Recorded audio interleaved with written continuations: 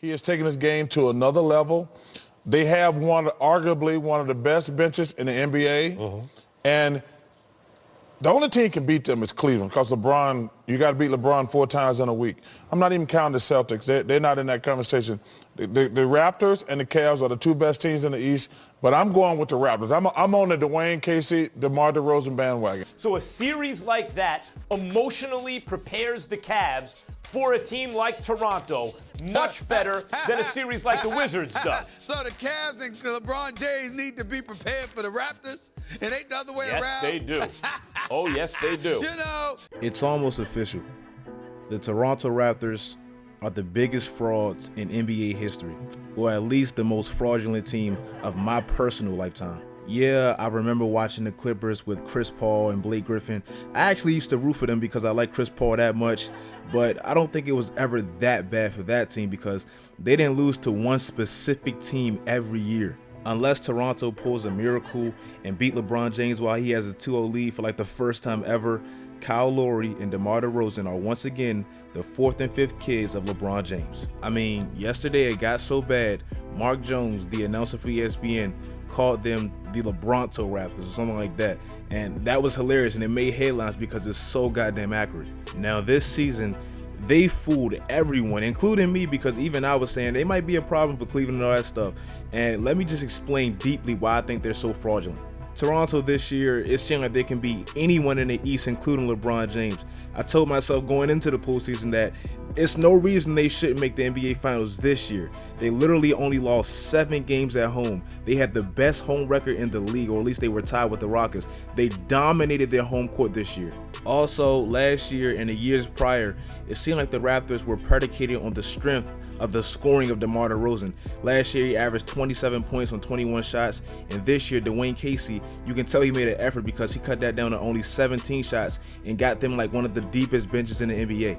I mean, he got Kyle Lowry involved more in the regular season. Serge Ibaka was doing his thing. They had the 6th most assists in the NBA, so they obviously were a better team. And it's ironic they had the 6th most in there and the 6th and all that stuff. But they had a really good bench, and they played really cohesively this year, at least in the regular season. Also, their quote-unquote all-star or superstar, whatever for that team, DeMar DeRozan, he fixed something that he really had to if he wanted to be a good player in this league or a great player in this league. He improved his three-point shot. This year, he shot 31% from the three-point line, and he was attempting way more threes. And I know people are going to say 31%, that isn't great. He's a shooting guard. That's not even great. But last year, he shot 26%, and he wouldn't even attempt them. So 26-31, he obviously improved, and he was making way more, especially in that first series versus Washington. And, Toronto also, they were one of the best defensive teams in the NBA. I think they had like the 5th or 6th best defense in the entire league and the 3rd best defense in the East if you talk about total stats. And on top of that, they were playing in a very, very vulnerable Eastern Conference. I mean, the Eastern Conference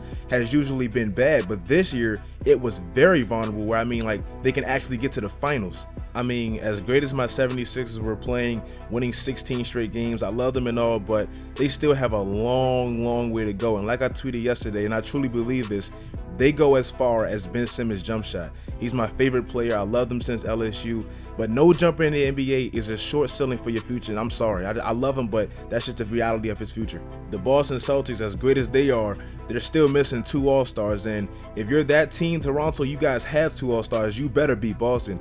They're deep just like Boston. They quote-unquote have a duo and all that stuff, so if they're that great, Kyle Lowry and DeMar DeRozan, they should be the difference makers to be able to beat Boston, so they have that advantage. And last but certainly not least, LeBron. The daddies, the fathers, the whatever to the Toronto Raptors. Oh my God. LeBron is playing on like his 3rd team this year. This Cleveland team has had 29 different starting lineups. Kevin Love was playing terrible. Tristan Thompson really wasn't himself. Nobody seemed to help, besides LeBron. But of course, when they see Toronto, everyone on Cleveland plays to the next level great. I mean, it's pretty ironic. Out of all the bad games Kevin Love had in the playoffs, I made a video talking about how he was the only All-Star who hadn't even had a 20-point game yet and all that stuff. He was, playing pretty bad. It's pretty ironic that he has his best game of the playoffs against the Raptors in Toronto. I mean, it's just meant to happen. And out of all the times LeBron James and DeMar DeRozan, out of all the times they went head to head, this is easily the worst roster for LeBron and the best for DeRozan. And with that home record, they earned this year only losing 7 games. They let Cleveland come in there and take both games, just punching them in the mouth. I mean, DeMar DeRozan, his three-point percentage against Washington was exceptional. I mean, he had 38% against Washington. He was knocking them down. He was shooting them with confidence, all that stuff. But since he's seen LeBron on the court in the postseason, he's 0 of 9, hasn't made a 3 yet, and he's turned into the DeMar DeRozan of old. Of course that happened.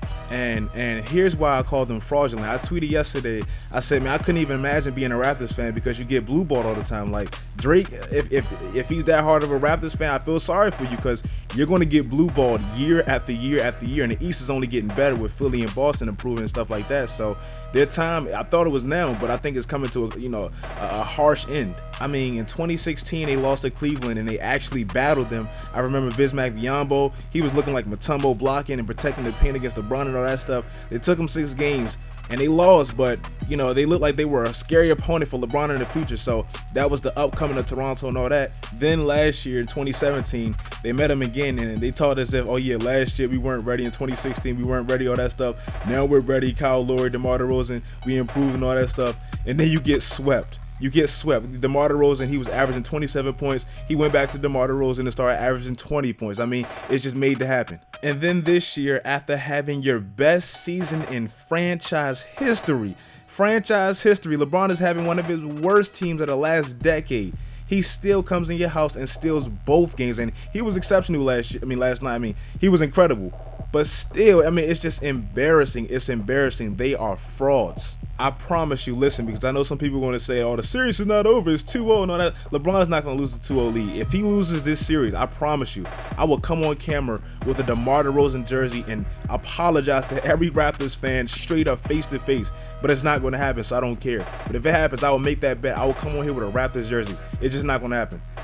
That's the video, though, guys. I think they're frauds. They're the biggest frauds I've ever seen in my life.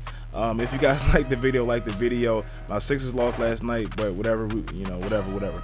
If you guys like the video, do all that great stuff. Follow all my social medias, turn on my post notifications, subscribe if you haven't already, do all that great stuff. And until next time, guys, stay tuned.